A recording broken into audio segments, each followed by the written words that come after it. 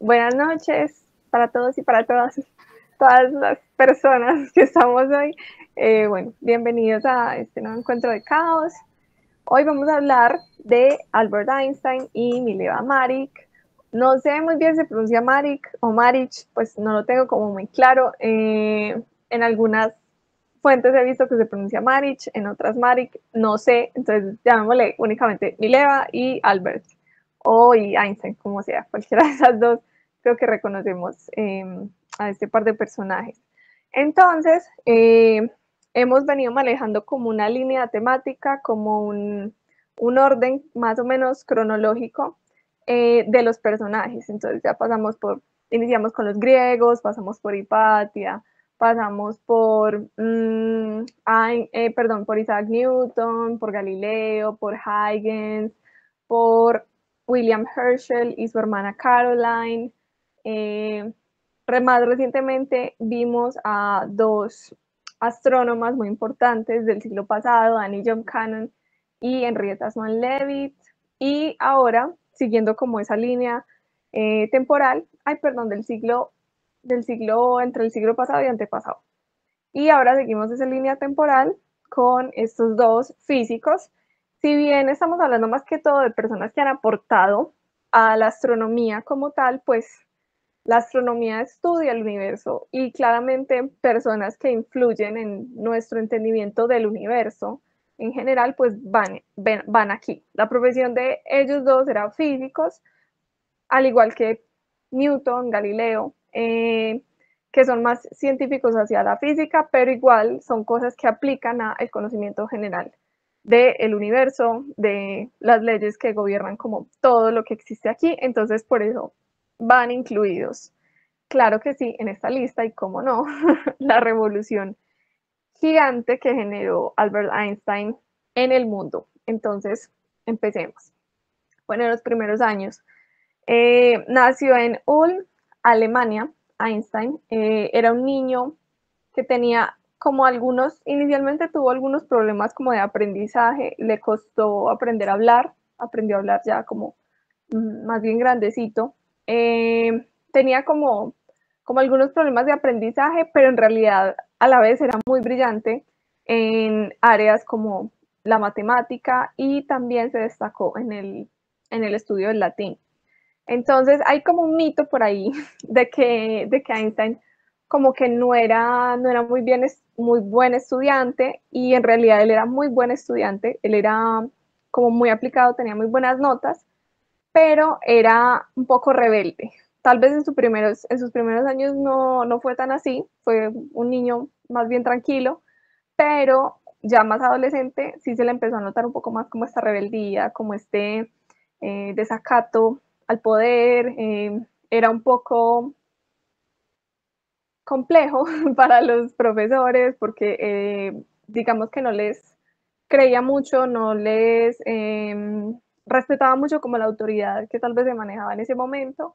Entonces eso hizo que no fuera como muy querido por sus profesores.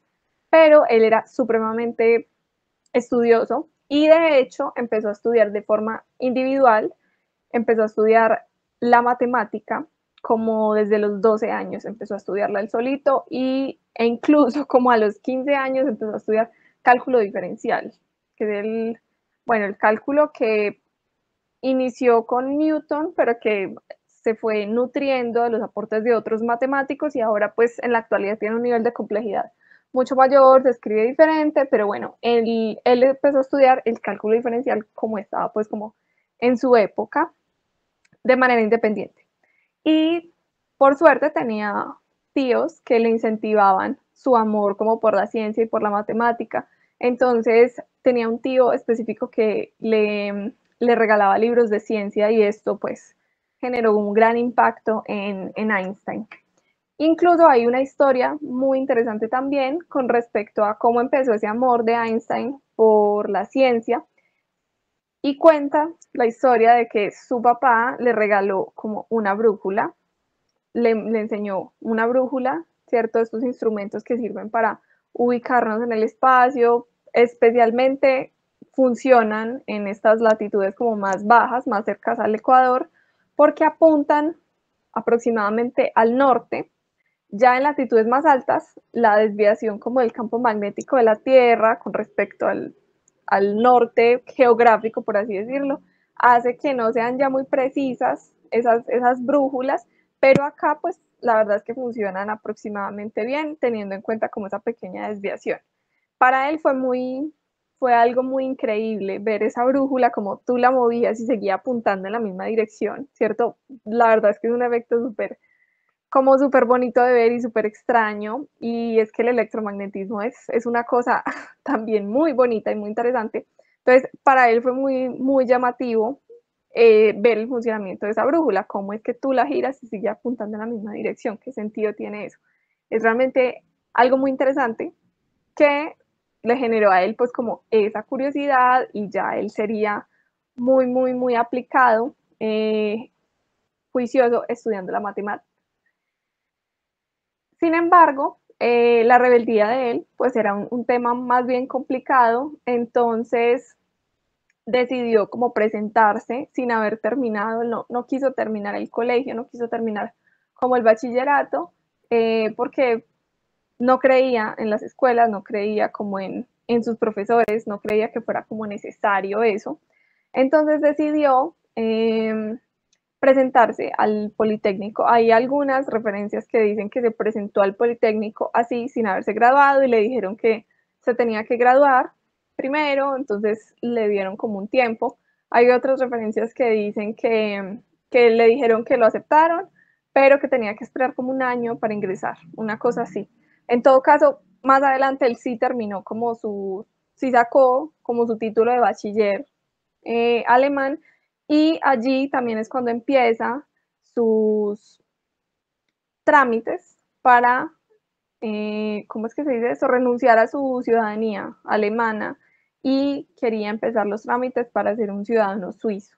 Más adelante pues lo lograría, pero él no quería, pues ya no quería como identificarse con estos orígenes alemanes, también porque no quería ir a la guerra. O sea, en este momento tenías que pagar servicio militar obligatorio, y él no quería participar de esto, entonces también por eso fue que decidió como renunciar a su ciudadanía.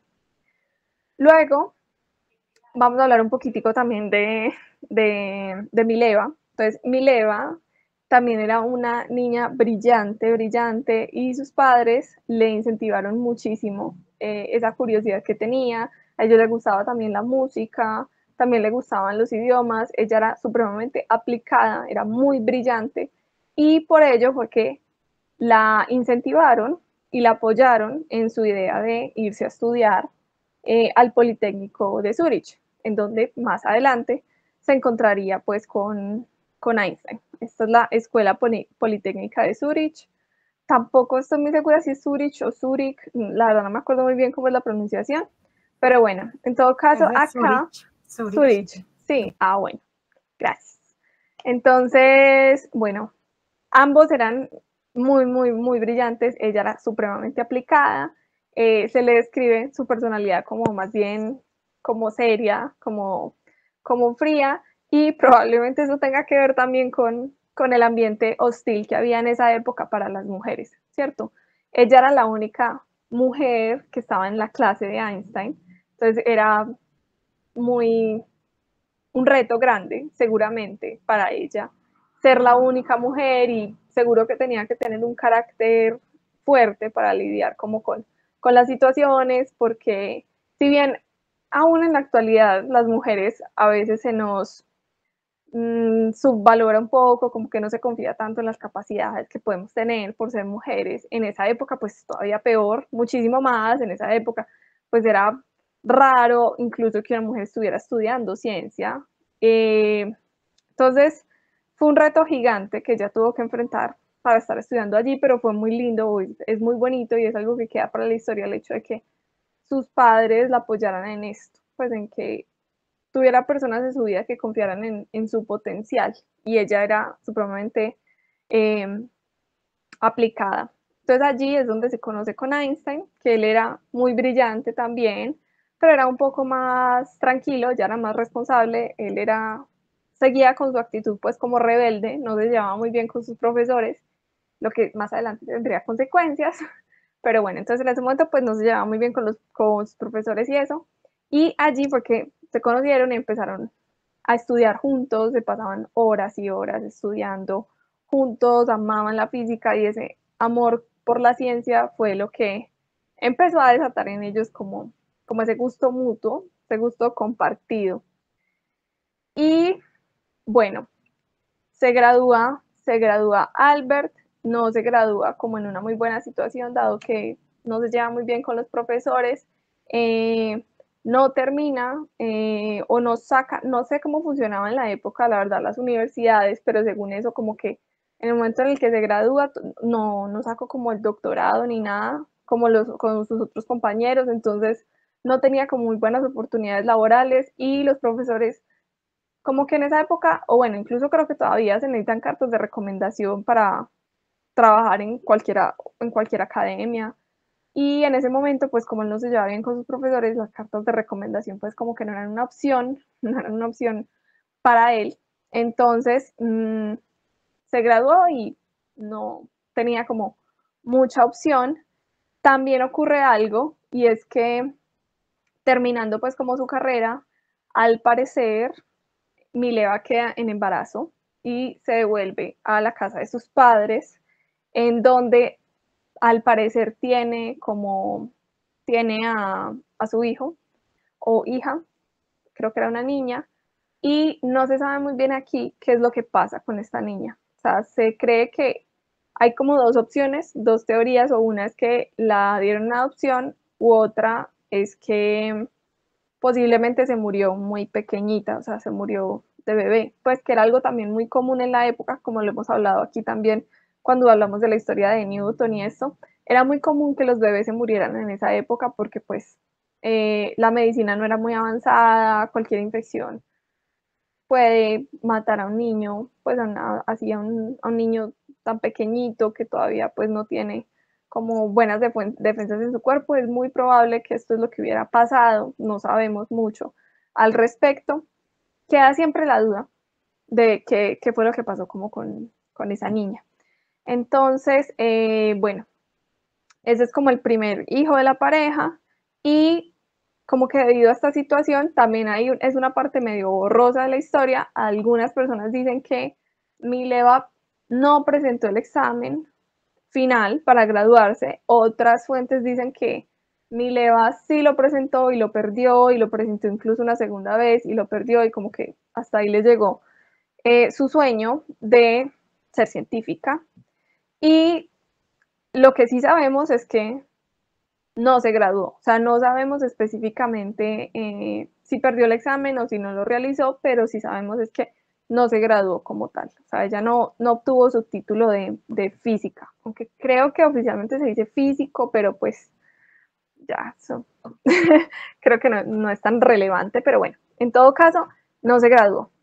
Mientras que Einstein sí se graduó. Entonces allí ya ellos vuelven y se reencuentran y deciden casarse. Y bueno, esto es complejo, ¿cierto? Porque pues ella no está graduada, él se graduó, pero como que no obtuvo su doctorado, no tiene buenas referencias, entonces gracias a un amigo, al papá de un amigo, logró conseguir un trabajo Einstein, no muy bien pago, en la oficina de patentes de Berna, y allí pues era un trabajo que si bien tenía que cumplir pues como con su horario laboral, era un trabajo que no era como una gran presión para él y tuvo tiempo para poder trabajar en sus ideas, para poder seguir estudiando como la física por su cuenta y ya más que todo producir un poco más de, eh, no sé, continuar como su producción en el área y ya no tanto ser como estudiante, ¿sí? Sino más la investigación por su parte. Entonces, allí en este tiempo de oficina de patentes, pues no es que gane un muy buen sueldo, pero están ahí como tratando de subsistir, de sobrevivir y es una época más o menos estable, escasa, pero estable para la pareja.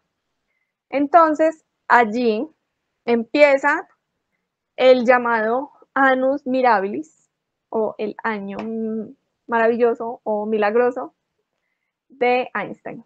Entonces, él trabaja en cuatro teorías muy importantes. En ese mismo año publicó 4 artículos y allí también es una parte que se supone que con esos artículos fue que sí obtuvo su doctorado, es algo que queda ahí como medio en el aire, pero bueno, les voy a contar cuáles son esos cuatro artículos que él publica ese año. Entonces está el efecto fotoeléctrico, bastante importante. El efecto fotoeléctrico, ya digamos, ya se conocía el efecto, pero él es el que explica en su artículo, él es el que explica cómo es que funciona ese efecto fotoeléctrico. Entonces, ¿qué es lo que sucede? Resulta que cuando se alumbra o se ilumina una placa de metal con cierto tipo de luz, se puede generar una corriente eléctrica en esa placa. Entonces, hasta ese momento se sabía que eso ocurría. Tiene que ser una luz muy específica, tiene que ser una placa de un material muy específico, pero se conocía como ese efecto de manera así experimental y ya. No se sabía por qué ocurría. Entonces, aquí es cuando Einstein llega e introduce esta parte que ya se venía trabajando, ya la venían trabajando otras personas, como la parte de partículas, un poco, todavía no es en sí mecánica cuántica, pero ya hay personas que están empezando como Planck a hablar de cuantos. Entonces, él apoya esta parte de la teoría que dice que la luz probablemente está formado por unos paquetes que llaman cuantos, ¿cierto? Similar a lo que hablábamos de Newton, que él creía que la luz como de cada color eran como partículas de diferentes tamaños. Hoy sabemos que no es así, pero a la vez sí hay partículas que conforman la luz, que son los fotones, ¿cierto? Entonces él apoyó esto y dijo, ok, la luz viene como en cuantos de energía, ¿cierto? Que son como las unidades fundamentales de esa luz, y dependiendo ese color, ¿cierto? Esos cuantos de luz van a ser más energéticos o menos energéticos, y eso es lo que va a hacer que cuando digamos que choquen esas partículas con las partículas que conforman el metal, ahí es donde se van a desprender átomos. Entonces, como lo vemos aquí, como en esta, se me pasó, como lo vemos aquí en como en esta explicación, entonces aquí llega la luz, ¿cierto? Y al chocar con los átomos que conforman la placa de metal, pues libera electrones. Y cuando hay electrones en movimiento, hay electricidad. Entonces, este efecto es súper importante, curiosamente, para la astronomía. Este efecto es lo que se utiliza para tomar fotografías. Hay un instrumento, ¿cómo se llamará eso? Sí, es como un instrumento que se llama la CCD, que es una plaquita que recibe la luz. Cuando queremos tomar fotos en telescopios, cualquiera sea el telescopio, se utilizan estas placas llamadas CCD, es como Charge Coupled Device. ¿Y cómo funcionan? Estas plaquitas están hechas de un material específico, entonces cuando se observa sobre todo en el óptico se utilizan, son placas de silicio. Entonces esas placas de silicio se, se ponen, ¿cierto? Como al final del telescopio, en la parte que recibe luz. Por eso es que muchas veces en astronomía se dice, nosotros, o sea, no hay información en la actualidad en astronomía que sea a través, poniendo un ojo en un telescopio. Un ojo humano en un telescopio, realmente en la actualidad no. Lo que nosotros ponemos en los telescopios son cámaras, ¿cierto? Son estos dispositivos que sean capaces de captar grandes cantidades de luz y traduzcan esos datos a imágenes, y ya eso es lo que nosotros utilizamos. Pero nosotros observando, o sea, por un telescopio no tenemos la misma capacidad porque no podemos guardar luz, ¿cierto? No, No podemos hacer una exposición de 30 segundos, por ejemplo, o de 1 minuto, como lo puede hacer una cámara, que puede seguir recolectando y recolectando luz. Eso no lo puede hacer el ojo humano. Entonces nosotros necesitamos esos instrumentos y ahí está la CCD. Entonces, tenemos esa placa como de silicio y llegan los fotones que vienen de fuentes súper lejanas, que vienen de estrellas, de galaxias, de lo que sea que estemos observando, vienen y chocan allí con esa placa y generan, entonces la placa viene dividida como en celditas pequeñitas, entonces genera una pequeña corriente, una corriente aquí, una corriente aquí, una corriente aquí, y en las zonas donde llegaron esos fotones se generan como corrientes que luego son detectadas, ¿cierto? Y se traducen ya a imágenes. Entonces, lo que vemos en las imágenes crudas que utilizamos en astronomía es básicamente zonas de luz y zonas de oscuridad. Entonces, los píxeles, lo que conocemos como píxeles, son esas regiones justamente de la CCD en la cual o llegó o no llegó luz. Entonces, si uno ve una foto astronómica en crudo, se ve blanco y negro, porque solamente es o llegó un electrón o un fotón, perdón, o no llegó. Entonces, esta celda o se prendió o no se prendió. Entonces, eso es lo que ya sería ceros y unos, ¿cierto? El binario. Entonces, así es que se forman las imágenes. Entonces, ¿a dónde llegó luz o a dónde no llegó luz? ¿Qué pasa? ¿Cómo es que salen los colores? Porque utilizamos varios filtros. Entonces, utilizamos un filtro para el rojo, un filtro para el verde, un filtro para el amarillo, el azul, bueno, para todos los colores utilizamos un filtro y luego esa información la sumamos. Entonces sumamos la cantidad de luz que llegó en azul, la cantidad de luz que llegó en rojo y con eso ya tenemos los colores en las fotos. Pero realmente nosotros lo único que tenemos es llegó o no llegó luz. Esa es la información y por eso es que este efecto fotoeléctrico es una cosa supremamente revolucionaria y fundamental. Entender cómo funciona eso es fundamental para el desarrollo que se vino enorme en la astronomía. Entonces, cada que ustedes vean una foto astronómica de, no sé, el Hubble, piensen en que tiene una plaquita allí adentro que funciona bajo el efecto fotoeléctrico. Entonces, esto funciona para el visible. No tengo mucha certeza de las otras ondas, no estoy muy segura si en infrarrojo también se usa esto. Creo que sí, pero creo que se tienen que utilizar otros materiales porque no todos los materiales con cualquier longitud de onda, o sea, con cualquier tipo de luz van a soltar como cargas, ¿cierto? Entonces, en la placa de silicio funciona como en la parte del espectro visible, o digamos esa luz es eficiente para arrancar electrones de estos átomos, pero no estoy muy segura si el infrarrojo, si la luz infrarroja alcanza en la placa específicamente de silicio como a liberar esos átomos. Creo que no, creo que es diferente, creo que el proceso ahí es diferente. Sé que para ondas de radio no se utiliza esto, las antenas de ondas de radio funcionan diferente, entonces básicamente esto tengámoslo más como para fotos en el visible. Entonces, bueno, no sé si me enredé mucho ahí, si los enredé mucho con mi explicación de cómo funciona la No, CCD. está bien. Ah, bueno, lo que es un fenómeno que me maravilla mucho y que pues digamos que lo vi un poco en mis clases de la universidad y me parece espectacular cómo funcionan esas plaquitas. Entonces, bueno, primer trabajo de Lanus Mirabilis.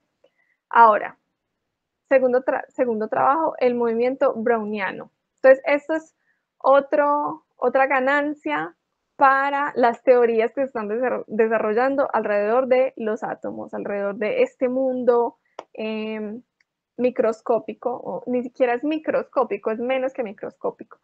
Bueno, para este mundo pequeñito, ¿cierto? Resulta que ya hacía un tiempo, un científico de apellido Brown, no me acuerdo el nombre, ya había observado que hay un movimiento muy extraño que realizan las partículas, o digamos no partículas, un cuerpo muy chiquitito cuando está sumergido o en un líquido o en un gas, ¿cierto? Como alguno de esos medios, que realizan un movimiento aleatorio, extraño, como que no se queda quieto, estático, como podría esperarse, sino que realizan como un movimiento como el que se describe acá. Entonces, esto es como una simulación del movimiento que realiza, por ejemplo, una partícula de polvo sumergida en agua. Entonces, una partícula de polvo sumergida en agua, cómo se mueve. Entonces, lo que habían observado por ahí era como polen, como un granito de polen sumergido, creo que era en agua, si no estoy mal. Entonces, ¿por qué realizan esos movimientos tan extraños? ¿Por qué no se quedan quietos? Eso era algo que se había observado, pero la explicación de esto pues no era, todavía no era como generalmente aceptada, ¿cierto? O sea, no había una explicación específica con la que todo el mundo estuviera de acuerdo. Entonces, ahí también llega Einstein y dice, este movimiento que se genera es debido al choque de esa pequeña partícula, pues de polvo, con los átomos en movimiento de ese gas o de ese líquido o lo que sea que esté sumergido ahí. Entonces, ¿qué pasa? Como ya son objetos pequeñitos, esa interacción con esos pequeños átomos ya sí se va a notar más. No es lo mismo, no sé, sumergir una pelota de cualquier tamaño en agua, que pues es un objeto grande, entonces las partículas, claro que están chocando, las partículas de agua o las partículas de, no sé si la dejamos en el aire, claro, eso todo el tiempo está chocando, pero no le va a generar un movimiento porque es un objeto grande. Mientras que si es una partícula de polvo, que es una cosa pequeñita, o un granito de polen, son cosas muy pequeñitas, entonces ahí ya ese choque de esas partículas de gas o de esas partículas de agua ya sí va a ser más notorio. Y esas partículas están en movimiento todo el tiempo. O sea, las partículas en un gas, mientras, incluso a mayor temperatura, más rápido se van a estar moviendo estas partículas, que básicamente esa es como la definición de la temperatura, ¿no? Pues, o no sé si específicamente la temperatura o será más la relación como con como el calor. Entonces, a medida que se aumenta la temperatura, aumenta el movimiento de las partículas, porque se aumenta la energía del sistema. Entonces, bueno, en este caso, lo que sucede es que él explica justamente el movimiento de una partícula sumergida, probablemente en agua. Entonces, como ese choque con esas partículas de agua, con esas moléculas de agua, genera ese movimiento extraño aleatorio. Entonces, esto también es un gran avance porque le da más peso a lo que ya venían trabajando otros científicos con respecto a los átomos, a la existencia de los átomos. Ya habían personas que en esa época estaban proponiendo cuál sería el tamaño de esos átomos, cuáles serían como las partes de esos átomos. Entonces aquí hay dos trabajos de Einstein que apoyan todavía más como esas ideas de la existencia de los átomos. Miren que el efecto fotoeléctrico también depende de la existencia de esos átomos y de que en este caso, que los electrones sean los que se están moviendo y generando esa corriente, y en este caso, pues es la molécula entera la que viene y choca con, con esa molécula de polvo, de polen o lo que sea. Pues, bueno, molécula no, eso ya es algo más grande, pues como con esa partícula. Partícula en otro sentido, no en el sentido de las partículas subatómicas, sino de pedacito de algo, muy chiquitico, pero no suficientemente pequeño para ser del tamaño de una molécula individual. Entonces, bueno, ahí están dos de los trabajos. Siguiente trabajo, maravilloso, supremamente importante y que hay que tener en cuenta ahora para lo que sea y lo que nos genera uno de las cosas más como más de Interestelar, de la película Interestelar. Si no se la han visto, se la tienen que ver, obviamente. Esa es una bien importante. Y es la relatividad.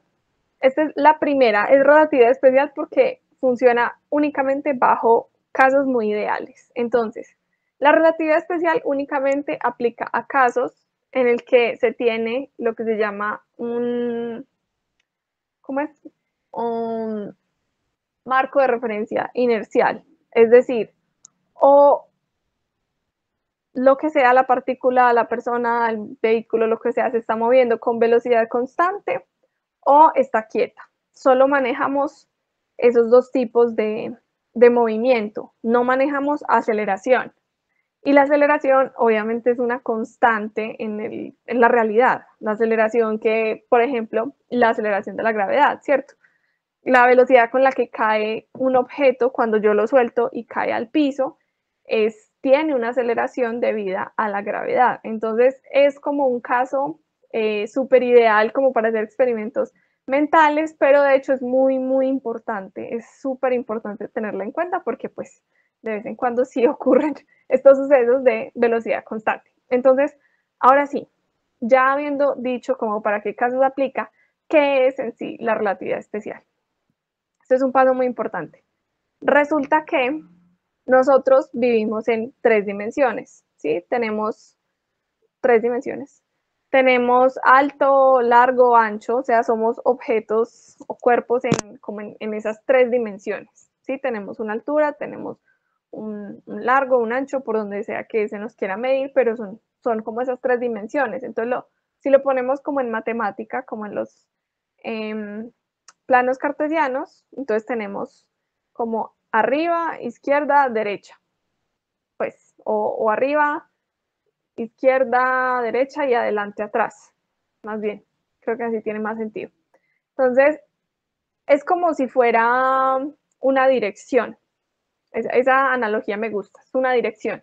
Entonces, cuando tú das una dirección de una casa, por ejemplo, tú dices, ok, queda en la carrera tal, con la calle tal, ¿cierto?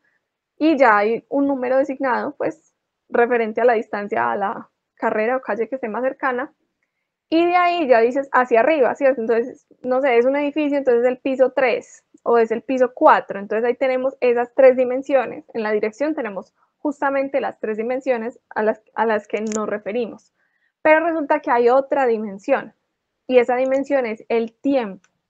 Entonces, antes se creía que el tiempo era simplemente como el background, como el fondo, como pues es algo estático, es algo que siempre está corriendo a la misma velocidad, existe y ya, y no nos preocupemos mucho por eso, pero llega Einstein y dice, no, el tiempo también es una dimensión y es una dimensión en la que nos estamos moviendo constantemente, pero no siempre nos movemos a la misma velocidad en ese tiempo, sino que depende de la velocidad a la que nos estemos moviendo.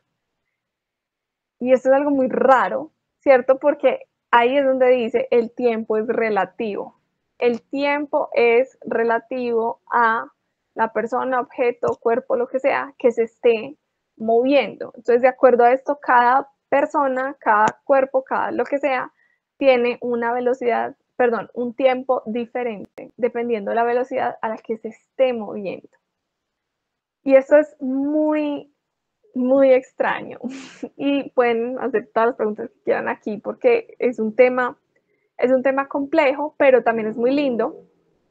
Entonces, lo que esto nos dice es que mientras más rápido, o sea, hay un límite de velocidad y ese límite es la velocidad de la luz. No hay nada más, no hay nada que se pueda mover más rápido que la velocidad de la luz. Y es que cuando uno ve las ecuaciones, de hecho, uno puede hacer ese cálculo, pero no quiero traer eso acá porque es densito, es complejo. Entonces, dejémoslo así. Cuando uno ve como esa ecuación, las ecuaciones pues de esta métrica, uno se da cuenta que no es posible, o sea, no se puede dar que algo se mueva más rápido que la luz, porque sería como viajar en el tiempo, o sea, no es algo que exista en la realidad. Pero si lo pensamos como en esta gráfica que está aquí, nosotros constantemente nos estamos moviendo en tiempo, entonces si estamos quietos en el espacio, igual nos estaremos moviendo en tiempo, en dirección hacia el futuro, ¿cierto? O sea, todo el tiempo estamos, digamos en esta gráfica, todo el tiempo nos estamos moviendo hacia adelante. Sí, esta es como la superficie del presente, está aquí representado súper interesante, pero nosotros, así estemos quietos, nos estamos moviendo hacia el futuro, nos estamos moviendo en tiempo. Pero ¿qué pasa? Cuando nosotros nos empezamos a mover, como que ya no vamos solo sobre la línea del tiempo, sino que ya vamos también sobre la línea del espacio. Entonces avanzamos más lento por la línea del tiempo. O sea, mientras más rápido nos movamos, más lento avanzamos en la dimensión del tiempo. Entonces, por eso el tiempo es relativo. Si tú vas a una velocidad muy alta, el tiempo va a pasar más lento para ti. Y es físicamente así, o sea, el tiempo pasa más lento. ¿Qué es lo que sucede con esto? Suena muy raro, suena muy loco, pero es real, así funciona el universo.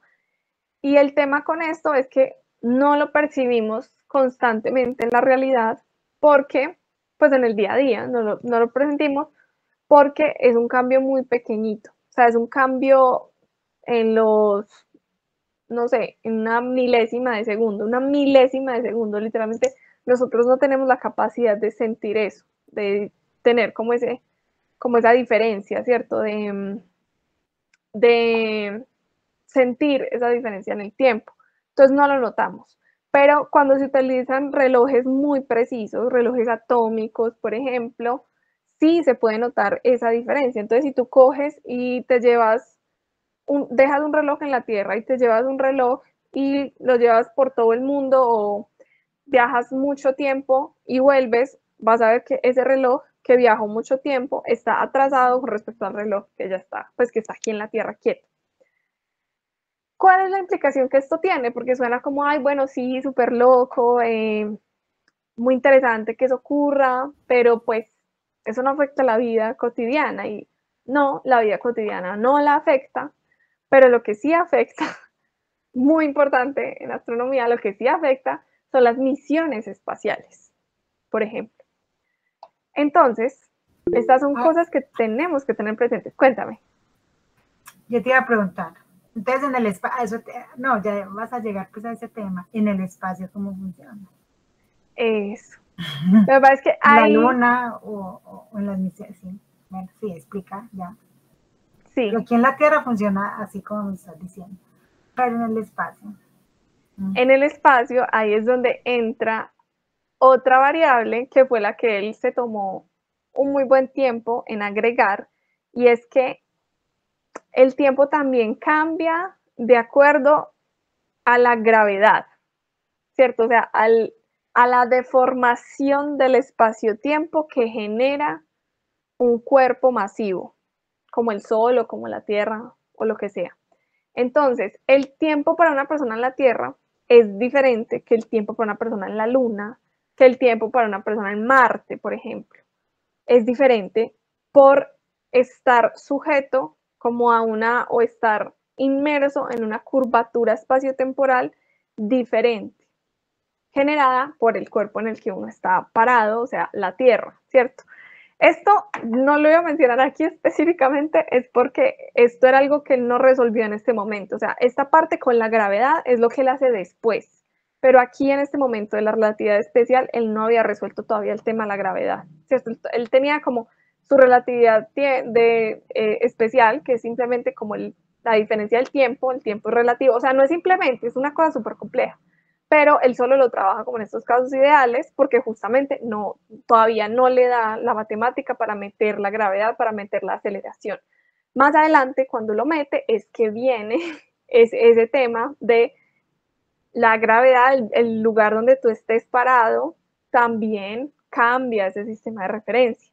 Entonces, no es lo mismo una persona parada en la superficie de la Tierra a una persona, no sé, en la luna, es diferente. Así no esté parada en la luna, así esté, no sé, a medio camino entre la luna y la Tierra, va a tener un tiempo diferente. Y ahí es donde entra el problema con las misiones espaciales. Y es que esas misiones viajan, primero tienen una velocidad muy diferente, muy alta, ¿cierto? Una velocidad alta, para poder llegar a esos lugares.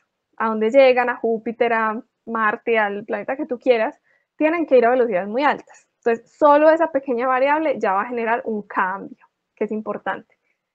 Y Ahora, el hecho de que, digamos, se quede una nave orbitando Marte, digamos, no sé, el Mars Orbiter, no me acuerdo cómo termina, pero bueno, el orbitador que está en Marte, igual, para ese orbitador va a pasar el tiempo diferente. Y eso, listo, puede que no se note así como en grandes medidas inicialmente, pero el tema es que esa diferencia temporal se acumula y eso genera errores. Y si eso no se tiene en cuenta, esa diferencia temporal, si esa diferencia temporal no se tiene en cuenta a la hora de hacer estas misiones, pues van a haber muchos problemas, ¿cierto? Entonces, por ejemplo, yo quiero enviar una orden al orbitador de Marte de que tome unas fotografías específicas de esta zona de Marte, ¿sí? Entonces necesito darle una indicación de que gire justo, no sé, gire un poquito sobre sí mismo justo en este momento. Momento. El momento refiere a tiempo, entonces yo le tengo que dar una hora en el sistema de referencia que sea que tiene ese, digamos, ese objeto. Y si yo me equivoco, si no tengo en cuenta la diferencia temporal entre un segundo para ese objeto que está en Marte y un segundo para mí, si yo no tengo en cuenta la diferencia del tiempo, voy a hacerlo girar en un momento que no necesito y va a girar y va a tomar la foto de otra región que no es. Lo mismo, si yo pongo a, no sé, la nave que va hacia Titán, por ejemplo, la futura misión Dragonfly, que va a Titán y yo lo pongo a que la inserción orbital alrededor de Titán la haga 1, 2 segundos después de lo que en realidad necesito que lo haga, pues chao, se perdió la misión. Entonces, la delicadeza que se tiene que tener y la cantidad de cálculos que se tienen que hacer para tener en cuenta la diferencia temporal entre uno, pues entre nosotros y ese objeto que está por allá es una cosa increíble, pero se tiene que tomar en cuenta. La relatividad especial, la relatividad del tiempo es una cosa completamente real, tangible, medible y que se tiene que tener controlada para enviar estos objetos a otros cuerpos. Pues ahí les dejo ese dato. Ya, ahora, el caso de Interestelar es una cosa que es más extrema, mucho más extrema, pero va perfectamente con las leyes de la física. Entonces, no sé, Emiliano ya se vio Interestelar, es que no quiero hacer spoilers si no se la han visto. Alexia ya se la vio, Yo ¿cierto? sí la vi, varias veces. Eso. Y Emiliana ya se la vio. Me está. Lo dice. Sí. Ah, bueno, ya la has visto varias veces también. Bueno, perfecto. Entonces, como ya la vieron, no estoy haciendo spoilers de nada. Entonces, esa situación que se genera cuando ellos van a este planeta que está alrededor de un agujero negro y que entonces allí pasan como por no sé cuántos minutos, pasa un año en la Tierra, una cosa así. O una hora, son como 8 años en la Tierra, no me acuerdo exactamente cuál es el cambio Sí, allí. eso es un montón de tiempo. Es un montón de tiempo y es Sí. un tiempo que uno dice, ¿qué es esto tan loco, tan absurdo? Eso no puede ser. En realidad eso sí, perfectamente puede ser. O sea, esa diferencia de tiempo puede ser enorme, enorme y sobre todo alrededor de objetos con tanta gravedad.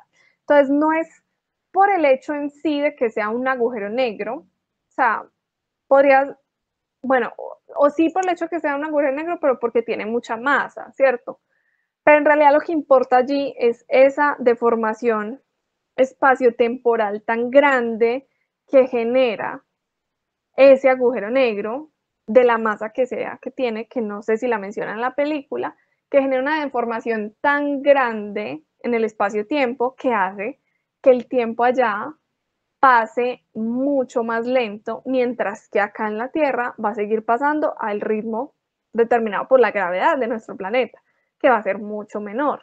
Entonces, esa dilatación espaciotemporal se puede generar. De hecho, una de las cosas que se dice cuando se habla de agujeros negros, eh, con respecto a la curvatura que generan en el espacio-tiempo, es que si uno fuera a caer en un agujero negro, pues ya aquí como un experimento mental, ¿cierto? Que si uno fuera a caer a un agujero negro, para uno el tiempo como que se detendría y uno vería pasar miles de años frente a sus ojos. O sea, uno vería estrellas nacer, morir y uno se iría quedando como congelado en el tiempo, justamente por esa diferencia en el tiempo de todo lo que está afuera y el tiempo personal, el tiempo. Entonces uno iría como, se quedaría ahí congelado y el universo siga, cree estrellas, haga mil cosas, pues no mate, el universo no mata estrellas, pero pues, o sea, estrellas mueren, estrellas nacen, ¿cierto? Y uno se quedaría ahí cayendo todavía en el agujero negro, pues porque el tiempo se le pausaría demasiado, demasiado, demasiado. Entonces es un efecto como interesante, pues interesante para, para discutir. Obviamente eso es como, digamos, teórico, o sea, es un efecto real relacionado con la relatividad, pues especial, pero igual habrían otros efectos sobre el cuerpo humano que uno, pues, digamos, no podría experimentar eso justamente por la gravedad, pues porque te volvería un espagueti y eso. Pero pues en el experimento mental de que uno se quedara completo, que la gravedad no lo destrozara, pues eso sería realmente lo que ocurriría como desde la perspectiva de uno, o sea, como la diferencia temporal. Entonces, bueno, ahí está relatividad especial. Primera cosa muy, muy loca, muy revolucionaria de él, que uno pensaría como, wow, qué cosa más extraña, ¿quién le hizo caso? Y efectivamente nadie, en esa época, en ese momento, nadie le hizo caso, sino por allá, un científico alemán, muy respetado, muy importante, que estuvo revisando, pues leía constantemente publicaciones recientes como buen científico y se topó con esta publicación de Einstein y dijo, esto está interesante, esto está interesante, esto tiene algún sentido. Y fue Max Planck el primero que empezó como a darle un poco de visibilidad al trabajo de Einstein. Fue el primero que creyó en él, que confió como en sus capacidades y en lo que él estaba haciendo. Pero realmente esto es una teoría súper, súper extraña y sobre todo para la época.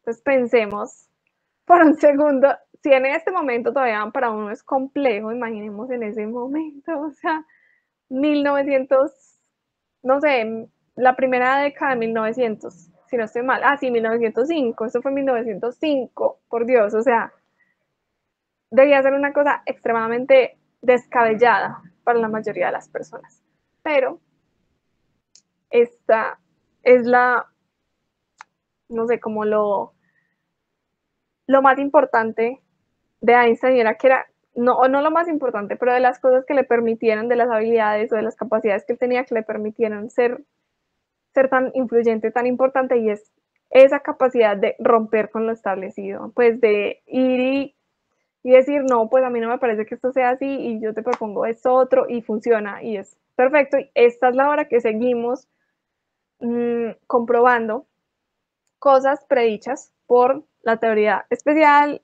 la teoría de la relatividad especial y la de la general también. Pues bueno, continuemos con el cuarto artículo del Annus Mirabilis, que es la equivalencia masa-energía. Sin duda, la ecuación más famosa de la historia. Yo creo que no hay, no, incluso, yo creo no, eso es en estadísticas. Esta es la ecuación que más se ha reproducido en cualquier cantidad de publicidad, ropa, películas, pósters, incluso por allá hay una foto de un edificio en el que se proyectó así como el E igual a MC cuadrado, pues esto ha sido una cosa que creo que, no sé, el 80% de la población entre los 15 y los, no sé, 70 años, no sé, posiblemente hayan visto en algún momento de su vida esta ecuación y probablemente la recuerden y digan, sí, E igual a MC cuadrado, pues sí. Sí, claro que sí, esta es una ecuación supremamente importante y esta ecuación aquí, tan pequeñita como la vemos, en realidad es un poco más grande, en realidad tiene unos ajustes por mecánica cuántica, eso tiene un factor que tiene la H, que es la constante de Planck, bueno, es más compleja, pero esa es como su versión simplificada, que nos dice que la energía es equivalente a la masa multiplicada por la velocidad de la luz al cuadrado. Esta ecuación aquí, como la vemos, es fundamental para entender cómo funcionan las estrellas. O sea, este señor de verdad no quedó contento con hacer esa revolución del tiempo, tenía que hacer unos aportes enormes también en otras áreas. Entonces, esta ecuación es la que nos permite saber cómo es que existen las estrellas, cómo es que se mantienen, cómo brillan las estrellas y cómo se mantienen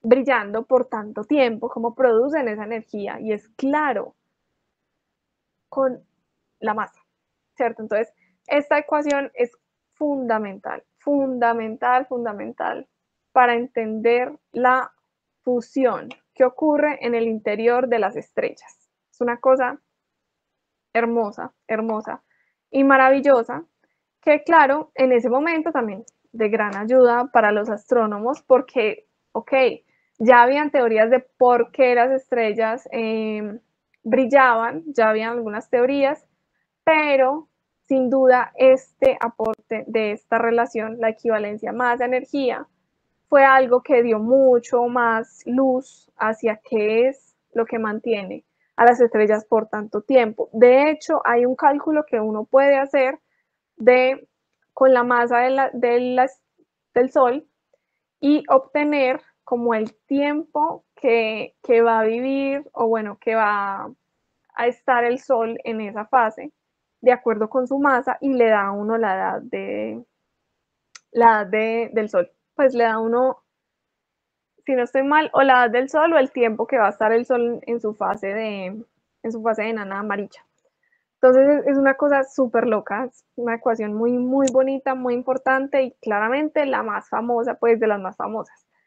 Esta misma ecuación inicia algo no tan lindo también. No es culpa de Einstein, no. Pero esta ecuación también ayuda en algo que no es tan lindo, y es el desarrollo de las bombas atómicas. El entender esa energía que se puede obtener de las partículas, ¿cierto? Que tienen allí las partículas atómicas y pues atómicas, llamémoslo más bien así. Lo que sucede con la desintegración de los elementos en otros elementos, la desintegración radioactiva. Entender esa relación ayudó muchísimo, impulsó muchísimo esos estudios de otros científicos, ¿cierto?, relacionados con el desarrollo de la bomba atómica. Entonces, es una ecuación supremamente importante, es una ecuación que es súper importante para el avance de las teorías del mundo subatómico, o bueno, el mundo atómico más bien. Todavía no vamos a los subatómicos, sino el mundo atómico. Y es muy lindo, es muy importante, pero también en malas manos, pues permitió el desarrollo de un arma tan letal, tan horrible como son las bombas atómicas. Entonces, hay personas que culpan a Einstein de eso. Como en esa otra película, ¿cómo es que se llamaba? ¿En cuál? Hay una película muy famosa que hay. ¿Cómo es que se llama? Pero Oppenheimer, la reciente. Oppenheimer, sí. Sí. Bueno, ya les voy a contar un poquito más sobre eso. También lo vamos a mencionar aquí. Y hay muchas personas que culpan a Einstein por esta ecuación, pero hay otra razón por la que se culpa a Einstein, que es una cosa muy compleja, que ya les voy a contar más adelante. Pero bueno, en todo caso, esta ecuación es una cosa maravillosa. Entonces son 4 años, perdón, un año en el que hace 4 artículos espectaculares y revolucionarios que definitivamente ya empiezan a hacer que Einstein gane pues un poco de notoriedad en el mundo científico, un poquito como más de respeto. Entonces, lo empiezan a invitar a ir a Alemania, específicamente a Berlín, a dar conferencias, a hablar de sus teorías, y por allí en Alemania resulta que Einstein se encuentra, este es Planck, ¿cierto? Que es de los que lo invitó y de los que le dio más relevancia como a Einstein, y este es Fritz Haber, que fue con el que más adelante pues tendría una muy buena amistad, pero aquí antes de este momento de vuelta a Alemania, pues Einstein ya tuvo otro momento de ir a Berlín, en donde se encontró con su prima Elsa, que era una prima pues de su familia, y resulta que tuvieron como sus acercamientos, tal vez empezaron una relación, hay como unas cartas que intercambiaron entre ellos, pero no parece ser que pues luego Einstein como que frenaría esta relación porque pues como que no era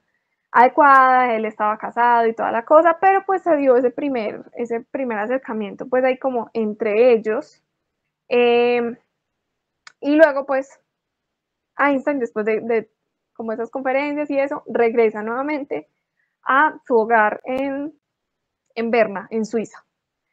Y allí está por otro tiempo, pero llegan estos dos científicos, Planck acompañado de otra persona, con una propuesta para Einstein de que se vaya con ellos a Alemania a una nueva institución que está fundando Max Planck, en compañía de otros científicos, por orden de el Kaiser, que era, no sé, como el primer ministro alemán, algo así, no me acuerdo muy bien cómo funcionaba el sistema de gobierno en ese momento, ni sé cómo funciona en este momento, la verdad, pues, no sé, pero le había ordenado a Max Planck que iniciara pues como un instituto para que avanzara muchísimo más la ciencia alemana, y los alemanes eran muy juiciosos, la verdad, pues como para estos temas, para la ciencia, entonces se le encargó pues como esa tarea a Planck, y Planck dijo que necesitamos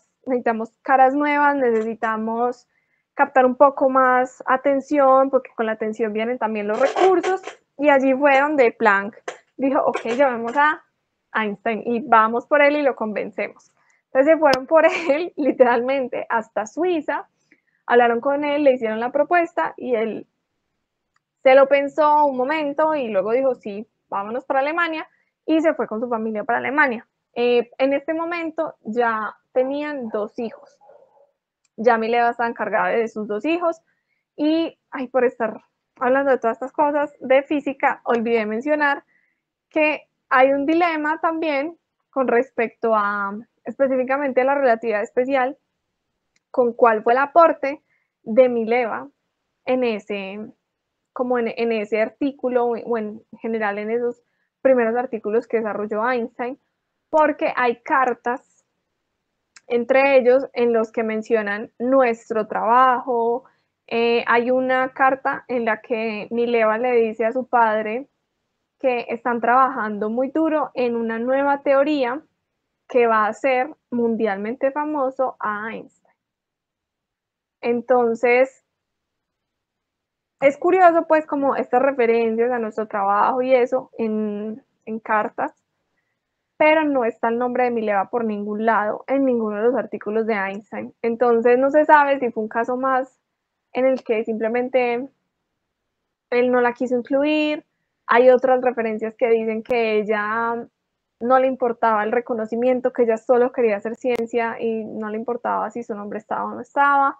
Hay otros que dicen que antes ella sí quería estar y que ella pues como que le tuvo mucho rencor por no haberla incluido como en sus trabajos. No sabemos, esta es la hora que no se sabe el aporte real que tuvo ella. Lo que sí se sabe es que hay un aporte, no se sabe la magnitud de ese aporte, pero sí hay un aporte porque ella era muy buena en física y muy buena en matemática, y de hecho hay uno, no me acuerdo, hay uno de sus trabajos, creo, no me acuerdo si el movimiento browniano o el efecto fotoeléctrico, alguno de esos dos, que Mileva fue la que lo estudió primero, cuando ella hizo una pasantía como en otro país, no me acuerdo muy bien, hizo una pasantía en otro país con una investigación con otro profesor con el que estudió uno de esos dos fenómenos antes que lo hiciera Einstein. Entonces, de seguro ella llegó con nuevas ideas o pues lo que haya estudiado o trabajado como en el exterior, y muy probablemente pues por ahí al menos partió Einstein. Entonces, de que tiene mérito o tiene aportes en los trabajos de Einstein, eso sí, de que no se sabe la magnitud de esos aportes, probablemente nunca lo sepamos o se tenga que hacer una investigación mucho más profunda, pero es difícil, ¿cierto?, de saberlo, y probablemente sea otro caso más del efecto Matilda, que es el efecto que lo hemos mencionado acá, de que a las mujeres se las ha borrado mucho de la historia de la ciencia. Entonces no sabemos si fue el caso con Mileva también, o si su aporte no fue tanto, no lo sabemos, pero en todo caso sí hay que reconocer que ella se encargó por completo del hogar, o sea, se encargó por completo de los dos hijos para que Einstein pudiera seguir trabajando en lo que él quería, que era la ciencia, y ese es un trabajo que muchas veces realmente ha frenado esa parte académica de las mujeres, ha frenado que las mujeres no saquen no terminen sus doctorados, por maternidad. De hecho, es una de las más grandes razones de la deserción de las mujeres de la academia, y eso es algo muy triste porque la paternidad tiene que ser algo compartido. O sea, si una pareja decide tener hijos, ambos deben hacerse cargo de esos hijos, no es una tarea únicamente de las mujeres, porque eso hace que las mujeres tengan que sacrificar también sus sueños y los hombres puedan seguir tranquilamente, normal, sus vidas académicas, y no es así, no debería ser así, ¿cierto? Entonces, eso sí fue lo que ocurrió en ese matrimonio, y de eso sí tenemos completa certeza, pues de que si no hubiera sido porque Mileva se encargó de los hijos de Einstein por completo, pues la historia de pronto sería un poco diferente.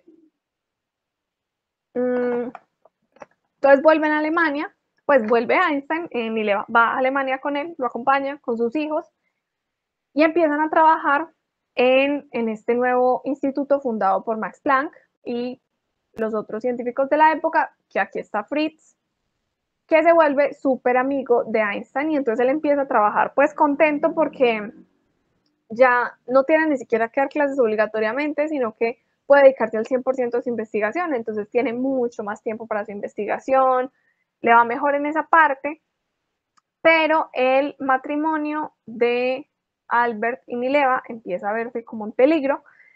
Él, Fritz, que se volvió bastante pues, buen amigo de la pareja, y su esposa, tratan como de mediar entre ellos, pero realmente la situación es bastante compleja, bastante grave. Incluso hay como manuscritos de cosas que ocurrieron entre Einstein y Mileva, y fue como que él se quería divorciar y ella no.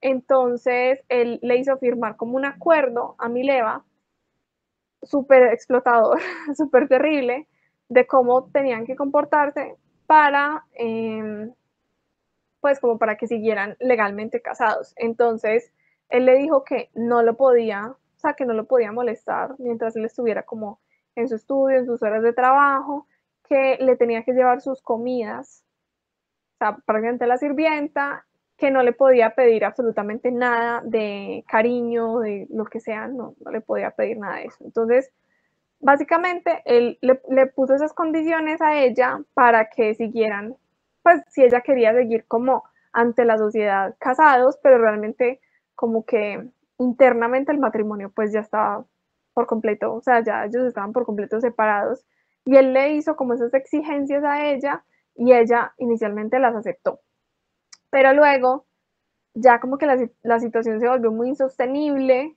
y ya Mileva decidió, no, hicieron un acuerdo, ya me acuerdo, y es que Einstein le dijo que si ella aceptaba el divorcio, él le prometía que le iba a dar el dinero que se ganara del premio Nobel, que él estaba seguro que se iba a ganar el premio Nobel. Entonces le dijo, ok, separémonos, divorciémonos, y cuando yo me gane el premio Nobel, ese dinero por completo va para ti y para los hijos, para los niños, para que se mantengan. Entonces ya decidió aceptar el trato y se devolvió pues con sus hijos para Suiza. Entonces esto es otro paso y otro momento muy importante, porque claro, ya Einstein queda completamente libre de cualquier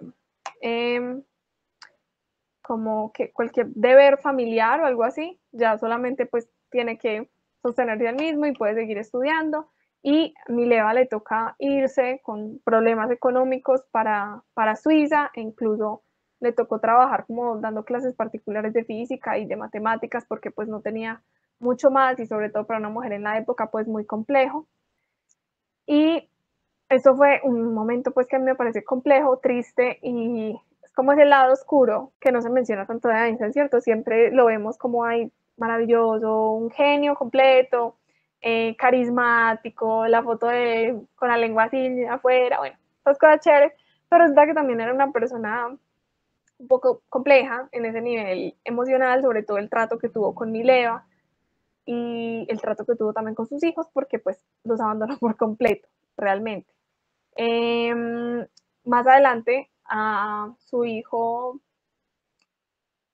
bueno, uno de los dos hijos le da o se diagnostica con esquizofrenia y pues a Mileva le toca cuidarlo toda la vida, toda la vida. Se dedica especialmente pues como a cuidar a este hijo e incluso tiene que estar internado en un centro por un tiempo. Digamos que la vida para ellos deja o no pinta muy bonita, no pinta tan bonita como de pronto lo fue para Einstein en los años posteriores. Y ya en su vuelta a Alemania, pues ya no, ya es soltero, se divorció de Mileva, entonces claro, vuelve a su relación con su prima Elsa y allí ya pues sí se casan, sí se casan y pues para él la relación con Elsa es como mucho más tranquila porque Elsa se encarga de sin chistar de las cosas de la casa, lo cuida cuando él está enfermo, pues ella quiere ser ama de casa full con él y eso a él pues le sirve, le funciona y bueno, ahí tienen su relación por muchísimo más tiempo, hasta la muerte de ambos. Entonces, bueno, continuando aquí ya con...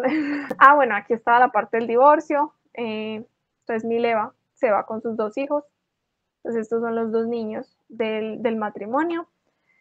Y bueno, ahí ya está el tema de que les va, ya les había comentado, de que más adelante pues les da el dinero del Nobel a ellos. Bueno, aquí llega la revolución más grande y es justamente la relatividad general. Una cosa muy compleja y supremamente revolucionaria. ¿Por qué? Porque acá ya estamos hablando de la teoría de la gravedad de Newton que viene a ser cuestionada por Einstein. Newton ya había dicho, ok, la gravedad es una fuerza entre cuerpos de diferentes masas, pero llega Einstein y dice, no, la gravedad es una deformación del espacio-tiempo. Y ahí es donde ya sí se puede conectar mejor con lo que estábamos hablando ahorita de la relatividad especial.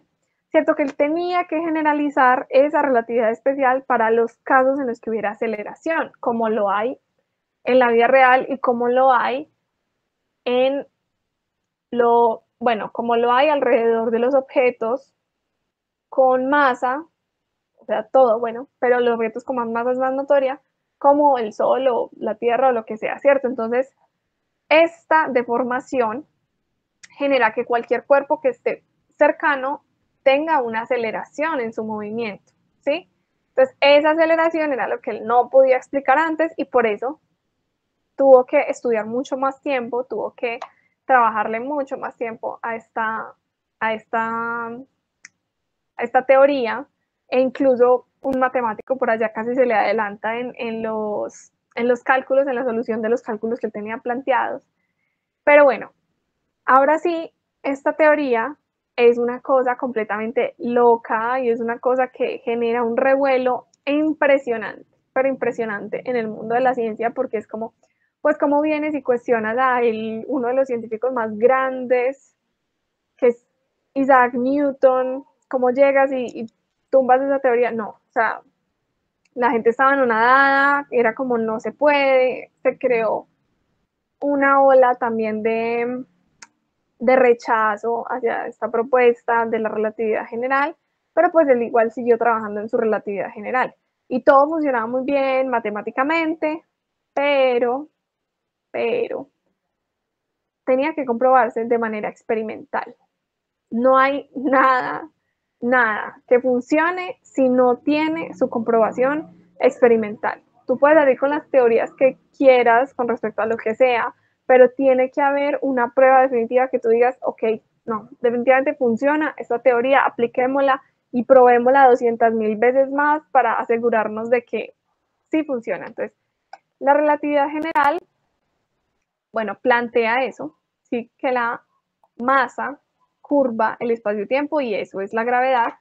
Esta imagen es como una imagen de referencia que no está a escala. Claramente el Sol es mucho más grande que la Tierra, muchísimas veces más grande. Y aquí está representado casi como si fuera, no sé, incluso más pequeño que Urano y Neptuno, pero en realidad el Sol es mucho más grande. Lo único que queremos ver aquí en esta imagen es como el hecho de que un objeto con más masa genera una deformación más grande que un objeto con menos masa, ¿sí? Entonces, solamente como esa diferencia, pero ambos generan una deformación del espacio-tiempo y eso es básicamente la gravedad. Resulta que había un misterio clave muy importante y era la órbita de Mercurio. La teoría de la gravitación de Newton no podía explicar la órbita de Mercurio.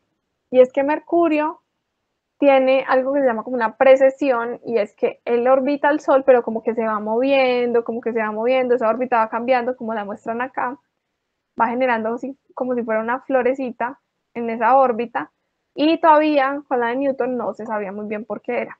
La teoría de la relatividad explica esto a la perfección. Entonces, él lo aplicó a el problema de la órbita de Mercurio y fue capaz de predecir la órbita de Mercurio a la perfección. Entonces esa fue un primer chulito pues ahí que tuvo la teoría de la relatividad. Y se viene la prueba definitiva para decir, ok, sí, la relatividad general es correcta y es la prueba del eclipse. Entonces, ¿cómo funciona? Si efectivamente los cuerpos con masa generan una curvatura en el espacio-tiempo, la posición aparente de una estrella que esté alrededor del Sol, cerquita del Sol, debería cambiar cuando su luz pasa cerca del Sol. Entonces, ¿qué pasa? Nosotros tenemos muy bien ubicadas las estrellas en el cielo nocturno, les tenemos coordenadas, Cuando esa constelación específica, pensemos en Orión específicamente. Orión lo vemos muy bien en diciembre porque está en dirección contraria al Sol. Entonces el Sol está en este lado, aquí está la Tierra y la constelación de Orión está en esta dirección, pues muy lejos, pero está en esta dirección, ¿sí? Entonces, en la época del año en la que ya hayamos dado la vuelta, ¿sí? O bueno, más bien, así, sí, hacia este lado. Cuando ya hayamos dado la vuelta y estemos en esta posición, el Sol va a estar en este mismo lado que la constelación de Orión, ¿sí? O sea, la constelación de Orión está por acá y aquí está el Sol y aquí está la Tierra, entonces ya están en esa misma dirección. En esa época, claramente no podemos ver a Orión porque va a estar en la misma dirección del Sol y la luz del Sol es demasiado brillante y no nos permite ver lo que sea que esté allá. Entonces, no podemos ver a Orión. La única forma de ver a Orión, cualquier estrella de la constelación de Orión, es durante un eclipse. Cuando la luna cubre, un eclipse total, que la luna cubre por completo esa luz solar. Ahí, en ese breve momento en el que se ve el cielo casi oscuro, en ese breve momento se alcanzan a ver estrellas, un poquito de estrellitas de alrededor. Esas estrellas deberían verse desplazadas de su ubicación original o de su ubicación normal cuando no estamos mirando pues como a través del Sol, ¿cierto? O sea, cuando estamos en diciembre, cuando Orión lo vemos en la noche normal, ¿cierto? La ubicación de las estrellas de Orión, de cualquier constelación, de lo que sea, va a cambiar debido a esa curvatura espacio-temporal generada por la masa del Sol. ¿Por qué? La luz de la estrella viene en dirección recta, viajando hacia nosotros, pero se encuentra primero con el Sol y cuando se encuentra con el Sol se dobla, ¿sí? Alrededor, porque ella trata de ir en línea recta, pero si el espacio-tiempo es el que es curvo, pues ella sí sigue esa curvatura que hay en el espacio. Y luego sí llega a la Tierra. Entonces lo que vamos a ver es que la estrella está como desplazada. Entonces aquí veríamos la estrella, cuando en realidad la estrella está justo detrás del Sol. Esto es algo muy útil en astronomía para ver cosas que están muy, muy lejos, con algo llamado lentes gravitacionales, que ahorita se los muestro. Pero por el momento, listo. El eclipse, eso era lo que se quería comprobar, que la estrella iba a cambiar de posición. Ya, eso era lo que se quería comprobar. Pero para eso necesitaba un astrónomo que quisiera comprobar eso. Pero resulta que pues los astrónomos son personas muy ocupadas, claramente, y están en sus propias investigaciones y es complicado sacar tiempo de observación de un astrónomo que trabaje en algún observatorio de la Tierra. Entonces mandó cartas a muchos lugares y nadie quiso, hizo propuestas pues, y no, nadie le quiso ayudar como con esta comprobación, hasta que llegó el único apoyo, que es este señor, que era Erwin Finlay Freundlich. Él le creyó, él era alemán también, y él le creyó y fue y lo visitó, incluso se casó y en su luna de miel fue con su esposa a ver una conferencia de Einstein y a reunirse con él para cuadrar pues los detalles del eclipse, que era lo que él quería medir y toda la cosa. En este momento este señor pues trabajaba como asistente para un astrónomo de un observatorio, no era él como el principal del observatorio, pero podía sacar pues como el tiempo de observación allí, entonces él fue el único que lo apoyó y Einstein estaba súper emocionado y en la conferencia dijo, no, él es el que lo va a medir, pues claro, esta es la prueba definitiva. Entonces él lo apoyó y luego consiguió apoyo también de otro científico llamado Campbell, que ahorita les muestro la foto. Entonces ellos dos unieron fuerzas, era un astrónomo estadounidense, Campbell, y unieron fuerzas para el eclipse que iba a haber pronto, pues eso ya era como 1910 y algo, y iba a haber un eclipse, entonces reunieron fuerzas y sí, este va a ser el eclipse que vamos a observar, empacaron y se fueron para la ubicación donde iba a estar el eclipse. Donde se iba a ver el eclipse total, porque recordemos que los eclipses totales tienen, bueno, parciales y también tienen una franja muy específica del planeta en la que se ven, el resto del planeta no se ve, y ellos necesitaban que fuera en la totalidad. Pues resulta que la región donde se iba a ver el eclipse era en Rusia, y justo cuando ellos iban de camino a Rusia, la guerra, empezó la Primera Guerra Mundial, y ahí había conflicto entre los rusos y los alemanes. Entonces, claro, llegaron y vieron el equipo de Freundlich estaba en un lugar en Rusia, el equipo de Campbell estaba en otro lugar en Rusia, o sea, se separaron para tomar medidas diferentes. Y resulta que obviamente para los rusos fue que hacen alemanes con objetos que están como observando cámaras y todo eso en territorio ruso. Entonces dijeron, son espías, o sea, creyeron que eran espías y lo detuvieron a Freundlich, lo detuvieron en Rusia y estuvo varios meses como prisionero de guerra. Y a Campbell sí no, porque era estadounidense y en ese momento los estadounidenses estaban neutros con respecto a la guerra, entonces no pasó nada, lo dejaron irse, pero además no pudo medir nada porque se nubló. Entonces Campbell, que pues sí se logró liberar, pues no, igual no pudo medir nada, entonces ninguno pudo medir absolutamente nada, entonces ahí no pasó nada. Y ya por la guerra, pues las cosas se complicaron, varios meses que estuvo pues este otro señor en la cárcel muy, muy duro, entonces todo se veía mucho más complejo, la guerra empezó a afectar ya la economía del país, empezó a afectar la alimentación de las personas, Einstein incluso se enfermó bastante en una época, adelgazó mucho, y bueno, unos años después, este señor Campbell dijo, ok, bueno, puedo hacer un nuevo intento. Europa estaba en guerra, la comunicación entre los diferentes países era muy compleja, el viaje entre diferentes países era muy complejo, pero pues Campbell estaba tranquilo, lejos de todo el alboroto en Europa, estaba en Estados Unidos y iba a haber otro eclipse que se iba a ver justamente en Estados Unidos. Entonces él dijo, es mi momento, es mi momento de brillar, aquí fue, aquí lo logré. Y reunió pues un equipo para ir a investigar, pues ir a tomar fotos del eclipse. Tomaron fotos, las reevaluaron, las estudiaron, las volvieron a mirar y no se concluyó nada. Parece que no, no era muy evidente, o sea, los cálculos no apuntaban, pues como no quedaron muy exactas las observaciones, entonces tampoco se logró nada por allí.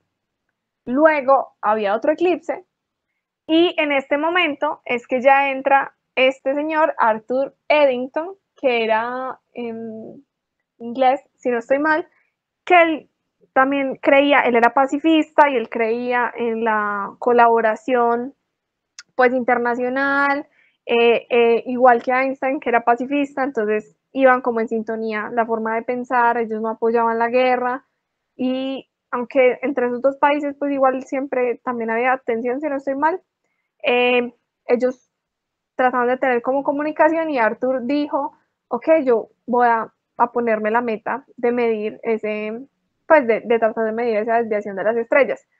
En ese momento hay un eclipse que se va a ver en África, sí, en África, si no estoy mal, o era en Australia. Uy, bueno, perdón, no me acuerdo muy bien. Iba a haber un eclipse en alguno de esos dos continentes, en Oceanía o en África, no me acuerdo bien cuál de los dos, pero no iba a ser ni en Europa ni en Estados Unidos, pues, ni en toda América, estoy segura de eso.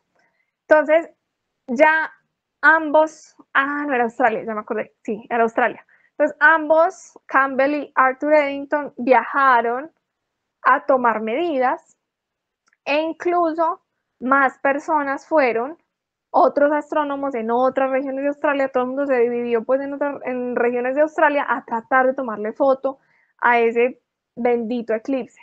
Entonces, allí se le anuló a varias personas y a la final el que pudo hacer las medidas, creo que sí, finalmente fue Arthur Eddington y llegan a la Sociedad Astronómica y van y presentan y Eddington tiene las medidas de que sí, de que efectivamente sí hubo desviación de las estrellas. Campbell dice que no hubo desviación de las estrellas. Hay como, bueno, o esto ocurrió antes, no me acuerdo muy bien, pero hubo un momento en el que hubo discrepancia como entre las medidas de Eddington y las de Campbell.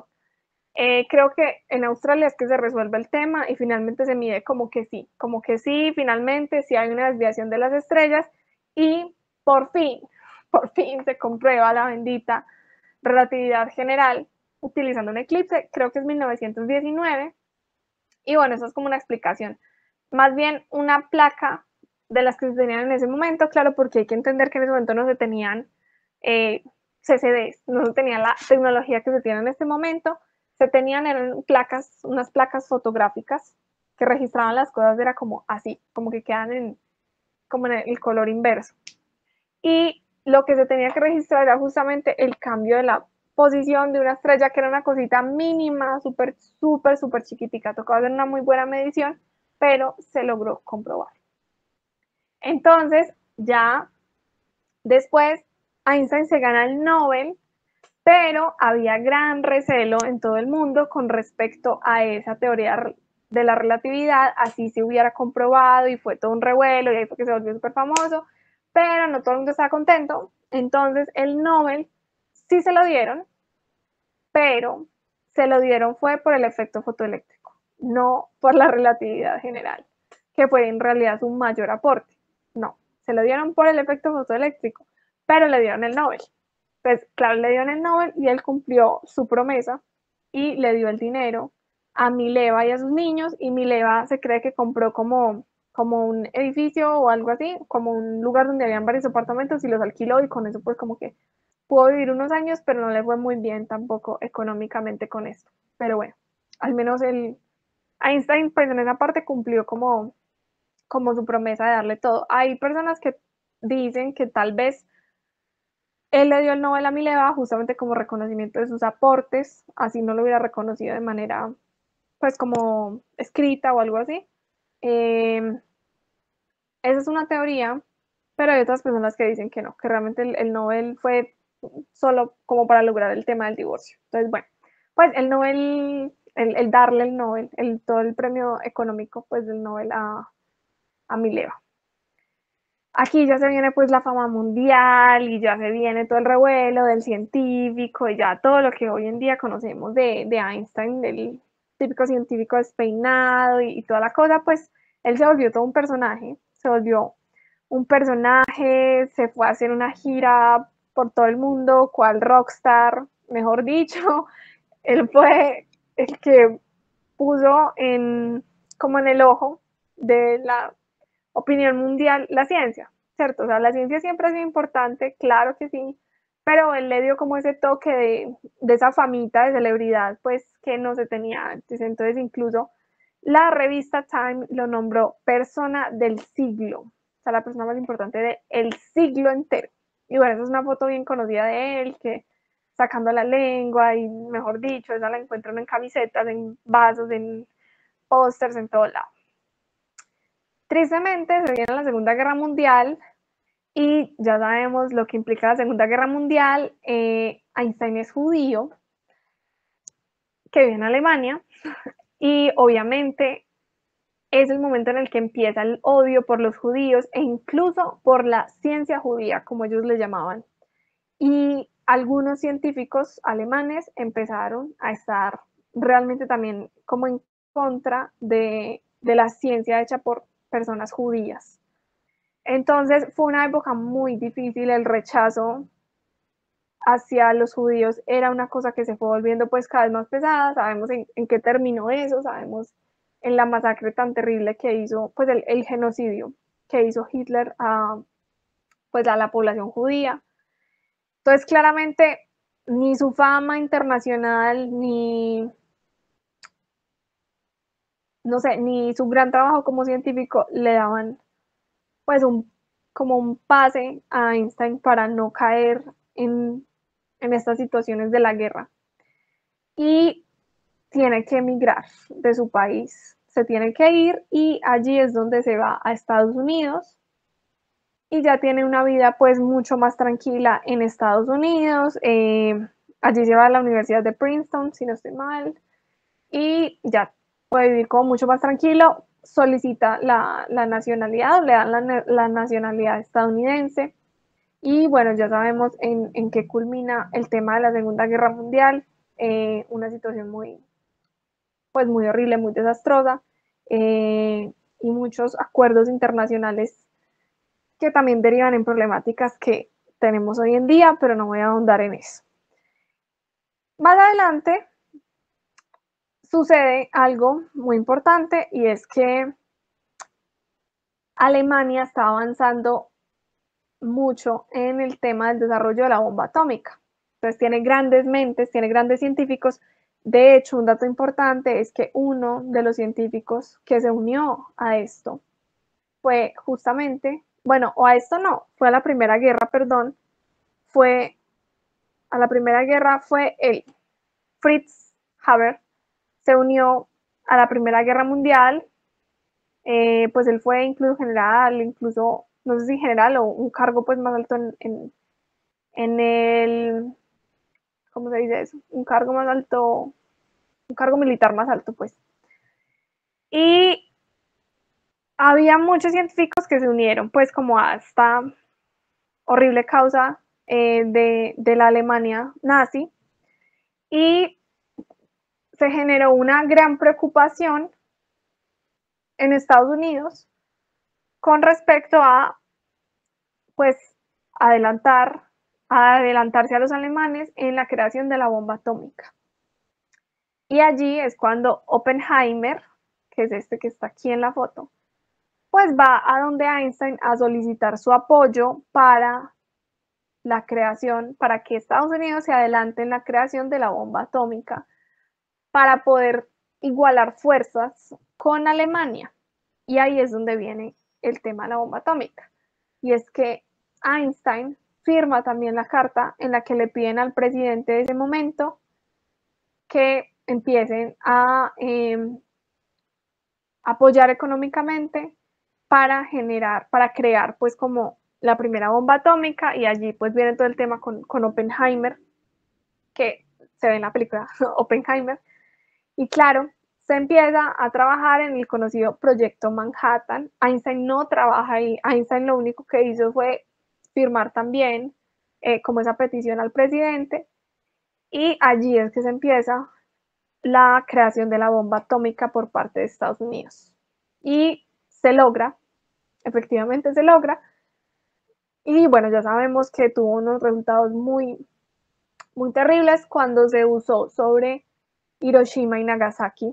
Más adelante, ya no, pues unos años más adelante, ya cuando se desarrolló, cuando se tenía la tensión o la guerra entre Japón y Estados Unidos, y bueno, ya sabemos que esto generó pues una gran cantidad de muertes. Para los japoneses fue una cosa pues terrible, es una cosa terrible que no queremos que la verdad no siga sucediendo, que ocurra, y las armas atómicas, definitivamente las bombas atómicas, es una cosa que no debería ni existir. Luego Einstein diría que esto fue un error de su parte, pues como apoyar eso, porque realmente las consecuencias de estas armas tan letales son horribles, son una cosa demasiado, demasiado horrible, no debería existir.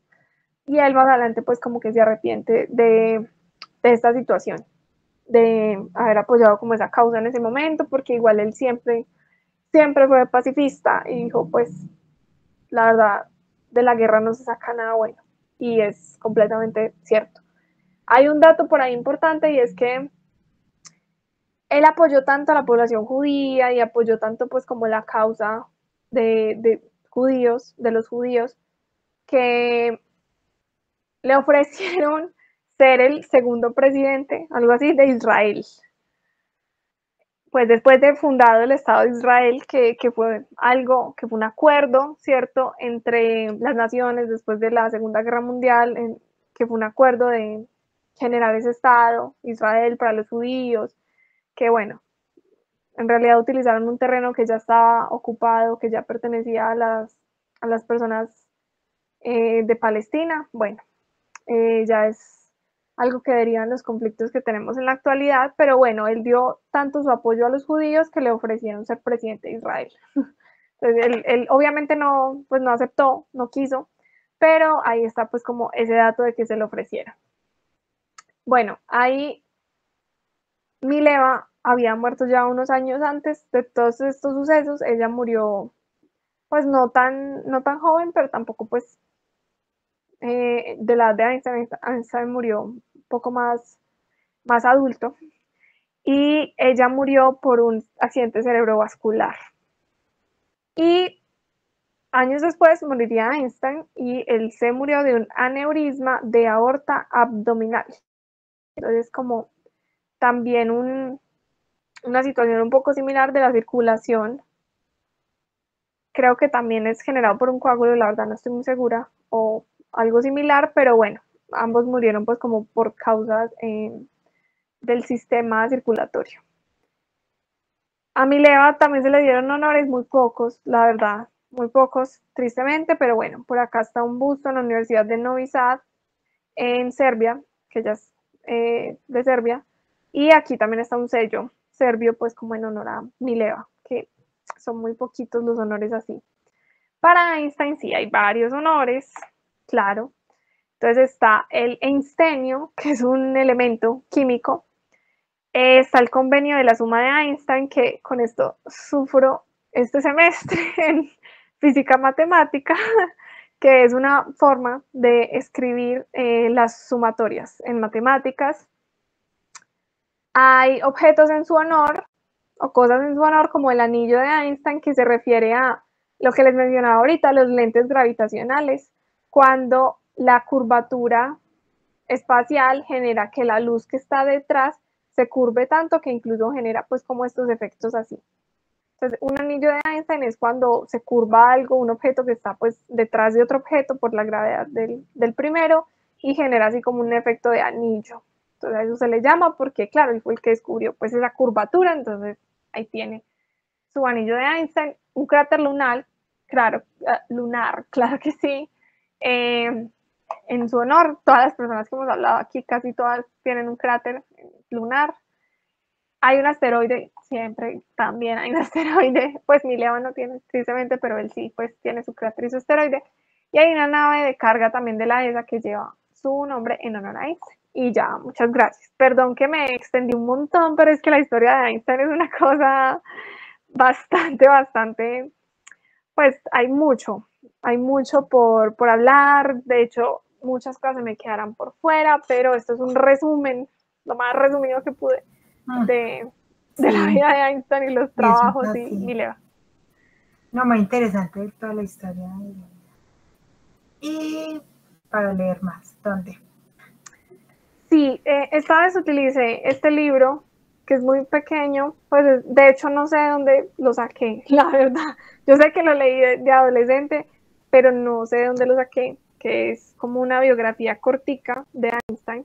De hecho es un libro más bien viejito, es como del 93, algo así. Entonces tiene pues ilustraciones, aquí tiene como la fotico de Mileva con sus hijos, tiene una fotico por aquí de Einstein, pues tiene como varias cositas así, pues de las ecuaciones, estas de la guerra. Sí, aquí, entonces el hilo como histórico lo saqué de aquí y también utilicé partes de un documental de History sobre Einstein. También utilicé artículos de Nat Geo y para hablar pues de las cosas de Einstein y de Mileva también. Y por ahí leí más cosas, pero la verdad leí mucho, ya no me acuerdo de eso. Entonces, sobre todo como para andar más sobre la teoría de la relatividad general y la especial, sería interesante como conocer un poquito más. Sí, para andar en esas dos específicamente, depende cómo uno lo quiera estudiar, porque yo, por ejemplo, en la universidad veo un libro de astrofísica moderna que es de Carroll, pero eso es muy matemático, o sea, supremamente matemático, tiene la parte teórica que escribe es muy densa. Sí, o sea, sí, no, pero entonces es bien denso. Entonces, así como teoría más divulgativa de la relatividad, sí. No sé, voy a consultar a ver de pronto con alguno de mis profes si conocen, porque yo la verdad es que no sé. Yo tengo el libro de Hawking, de El universo en una cáscara de nuez, y ahí explican un poquito como la relatividad, explican específicamente como la gravedad y como el tema de los agujeros negros. Eso se explica en ese, pero no es una profundidad muy grande, entonces de pronto se te puede servir pues como para... ¿Y cómo se llama eso? Para esa parte. Ese es el de Stephen Hawking, el universo en una cáscara de nuez. Sí. De la cáscara de nuez, sí. Bueno, muchas gracias. Sí, y es muy chévere igual, pues así no sea solo para ese tema, ese es muy bonito, sí. muy interesante. Entonces también súper recomendado. Bueno. Chao.